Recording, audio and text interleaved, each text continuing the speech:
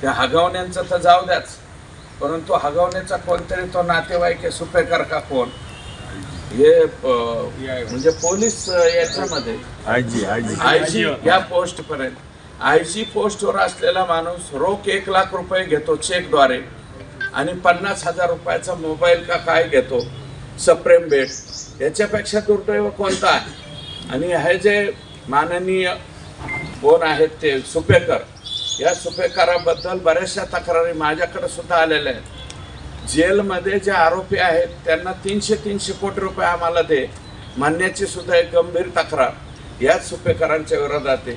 ज्या अर्थी तुम्ही नातेवाईकाच्या सुनाकडनं पैसे मागता याचा अर्थ 100% तुम्ही फॉल्टी आहात. हे सुपेकर जरा आयजी या पोस्टवरचा माणूस सुद्धा मला फॉल्टी दिसतोय. याच्यामध्ये नैतिकता नावाची गोष्ट मला वाटतं काही राहिलेली नाही. नैतिकता खूप खाली ढासळत चालली. त्याचं हे उत्तम उदाहरण. अरे 150 कोटीची प्रॉपर्टी आता काय जाळायचं का पेटवायचं तिला? आता कोण खाणार आहेत? आणि बाहेर आले तरी ह्यांना शेणच हाणणार आहेत लोक. आणि मला तर वाटतं हे किती वर्षाने असे लोक बाहेर येऊ. समाजाने शेण आणि रेंदाण ती संघच ठेवायला पाहिजे. तिथं यांचा शेण ते उद्धव ठाकरे साहेबाच्या का पार्टीच्या का कोणीतरी लोकांनी घरावर जाऊन शेण आणलं.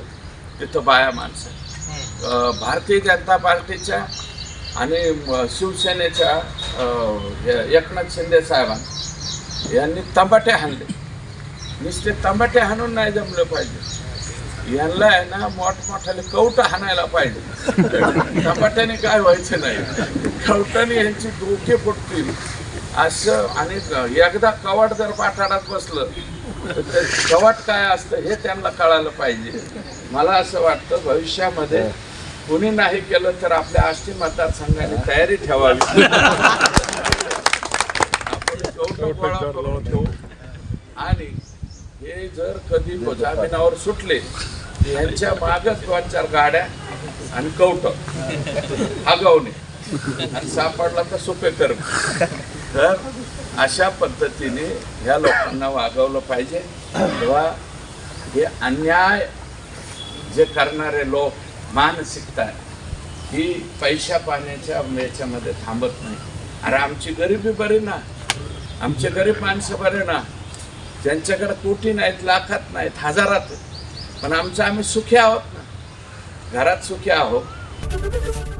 एबीपी माझा, उघडा डोळे बघा नीट.